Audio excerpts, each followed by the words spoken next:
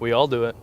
We sit in our backyard and just dream of what it could become. That's why you want to talk to a man like Darren, who runs a business called Structured Creations, which is an architecture firm that you help people out. Try to. Yeah, achieve those dreams, and not only building new homes, but adding to what they already have. Exactly.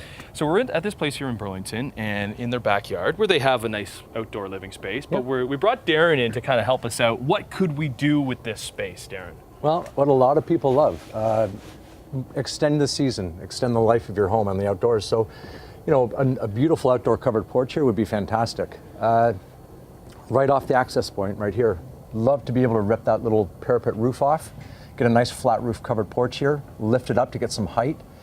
And again, depending on budget and depending on the contract or the client's wish list, will depend on how big we make this. Because you always start, so if you're going to see a client, what's the first thing, wish list? Wish list. What do you want on your list? Exactly. And what do you find most people are wanting these days? Is that outdoor living space? Outdoor kitchen? Outdoor kitchen, mostly just, is going to be the balance between living and sitting out there and enjoying the outside, and then actually cooking and eating out there. So if the wish list is there, if the budget dictates it, we can get all of that. Yeah, because the wish list, I know my wish list would probably get all of it in there. Yeah. Well, I would want to, but then you would have to work in. I want to pair I got to pull the rings in every once in a while. Right. Though, okay. So this here, would you keep this here?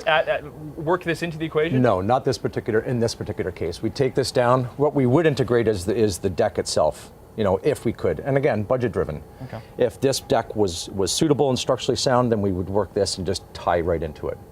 If we get, but this, no, I think we get rid of this. Talk about some other real trends that you're experiencing in 2016 and looking even forward to 2017 that you're seeing a lot of the time from your clients. The outdoor living space is how far we take it. So getting into gas fireplaces, drop down phantom screens where you can extend the life of the outdoor right into the Januaries and Februaries where you can sit out here and have a glass of wine with a sweater on. Why has that changed? I think people just really love the outdoor. They're not going to the cottage anymore. They're not doing that kind of stuff. So they're living here. They want that year-round experience. And you have some drawings over here, just kind of some of the things that you've done as well. You're seeing a lot of porches too. You do a lot of the. Yeah, and again, the existing conditions on some of these are what going to dictate it. If we don't have a space above, we can get into a nice sloped roof. If we have rooms above, like this house here, we may go with a flat roof and get some skylights in there to not block the light in. And then budget driven, if we get into some nice composite wood deckings that'll be raised up, or a little bit more expensive into the foundations and flagstones. Always comes down to money though, doesn't it? Always does. Yeah. You guys are in Burlington? Yep. Right, but cater to the area around to the all CHCH? over Ontario. All over Ontario, right yep. On. So Structured Creations is the company and Darren is the man. So look them up and we'll continue kind of exploring this backyard in Burlington and helping you getting ready for the fall and winter season on Morning Live.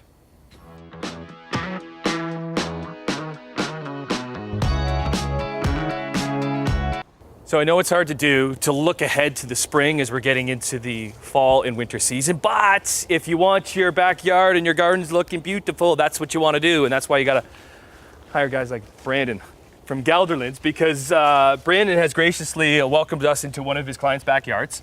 This is something that you created all these garden spaces, Brandon, and kind of take us through initially what it looked like and what it kind of has become. So initially the lines were, you'd have a straight line and then a little bit of a curve and a straight line. And this whole backyard is curved. So we had to introduce the curve into make sure it flows properly. Because what do the straight lines do? So it'd be a straight line and then a little curve, a straight line and a little curve, and it didn't flow properly. So we actually measured the whole space, put it on paper, and used trace paper to figure out how the lines would flow properly. And coming up with the plan first, we were able to see what the garden could possibly look like. And then it's actually planning what you put in the garden. Yes, exactly. So we showed the client what we proposed and he really liked it. So we started with... Like even this plant here, so hydrangea is a... Yes. And it's a great plant because I would think that it's just, I don't know, a summer or spring plant, but it's actually 4 seasons? It's a 4-season plant. So if you see the flowers, they're going brown, you want to leave that for the winter. And it gives good winter interest for the garden when the snow's around it. You have this nice bloom in the garden. People actually pick those out and put them in urns and planters for the Christmas time and over the winter. It's a lot cheaper than going to a store and buying it for it is a little however much.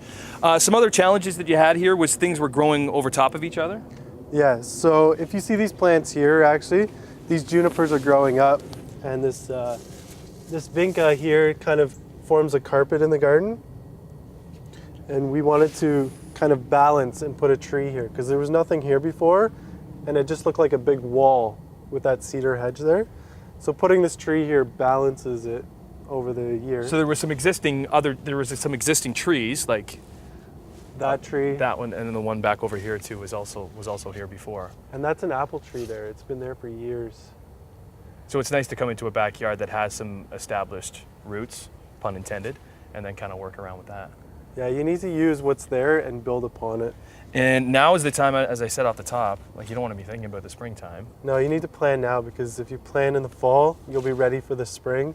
You need to have your budget in place because budget's important. You need to know how much you're going to spend on your plan and your actual construction. Because you guys do design for the springtime, but you're also doing maintenance right now too. Yeah, so we're doing a little bit of fall cleanup Okay. with our maintenance division. Yeah.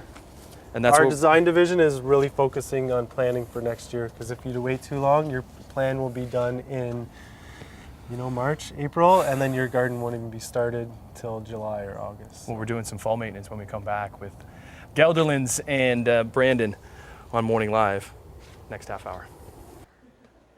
All right, we're getting your garden all ready for the winter. Pulling our annuals with Brandon from Gelderlands.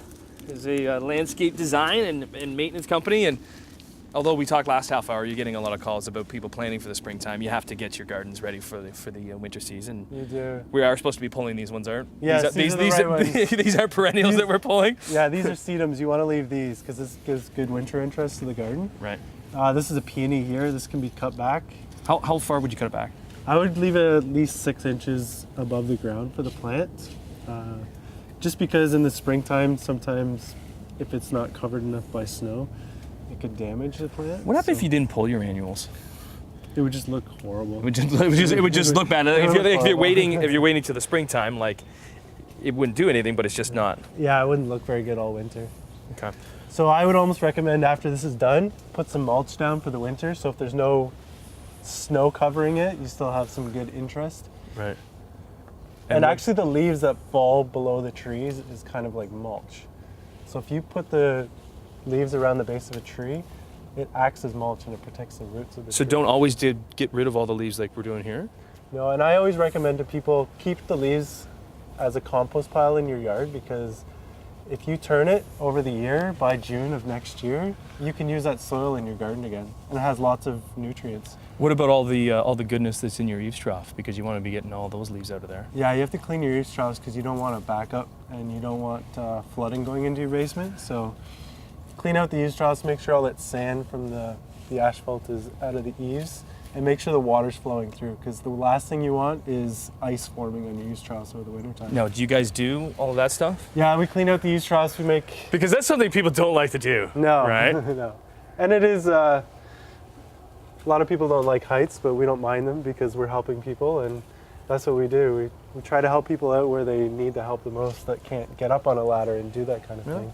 So you guys are in Burlington, but you guys cater to the entire area? Yeah, we service just an area downtown Burlington. Okay. We're part of the Burlington Downtown Business Association, and our business is right within that area. And we only work downtown Burlington, so... But also, so as we said last half hour, you're conceptualizing things for the springtime, but also getting your gardens ready for the fall. So back to it.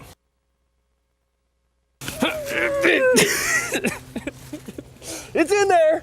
Awesome. With Jennifer from Chetro, getting your fall baskets all set and ready to go. That's fall, right. winter baskets? Fall, winter, yeah. We'll Okay. hopefully start now and then use some things you can transition Okay. into winter. So we starting with, like, birch is kind of the basis of this basket. That's correct. So we started with the birch poles. You always put those in first, and then we add some greenery. Okay, In how this much greenery? Yeah. Is there ever too much greenery? Not in my opinion. Okay, so there you go. So in this case, we've got some pine and cedar and some boxwood in there already. You can get it from the store, Chetro, or you can get it from your backyard too if you That's have right. it. We did a little snipping here from the backyard today. Right. Yeah. And then we need to start adding some color. We do. Okay, so what would we be putting next? Okay. Well, this is lovely. This is called magnolia, and it's great for fall now or for Christmas. and it gives you sort of the green and brown, different Can we sides start of the getting our leaves. Christmas baskets ready? Is it too early to do It that? seems a bit early. Right. Yeah, so we're gonna put this in here. This one could work for fall and then transition into Christmas really well. Right. So we usually like to pop a little bit of this in. How many would we put in? I like usually threes to start with anyways, Okay. and then we'll see where we get. And sometimes we will. Hydrangeas? Yes, these are hydrangeas. And these are from the backyard that we they're actually just from picked. the backyard. Isn't that lovely? Because the color will change?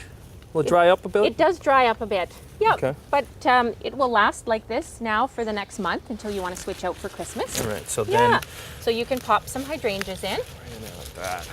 And when you say Christmassy, like, so anytime you're adding reds, that's really Anytime Christmassy, you're adding right? So red once you're putting that in there, that's welcoming the Christmas season. That's right. Okay. So that's easy enough to put in at a later time and then also pop out Right. after So then you Christmas. could, because this is actual real soil that's in there. Yes. A lot of this stuff is in there for the winter once it gets too cold because you can't pull it back That's up. But right. just like things like that can That's easily. right. They can be easily- easily pulled back out. That That's called red dogwood. red dogwood. So same thing. That goes in nice with your red berries for Christmas. Okay, so how much would we put in with that? So you would probably want to put in 7 or so stems of the red dogwood. Okay. You kind of get the idea. Kind of get the idea. We're just putting it in all around the arrangement. But then, is there too much going on, or is it, again, organized chaos with these? Well, sort of. I usually like to limit it to 2 or 3 things going on. So if Okay. I'm putting red berries in, the hydrangeas would be coming out. But again, if you're using a little bit from the backyard, Sure. and then a little bit from Chantro and Burlington, it makes the perfect flower winter box for your front or backyard.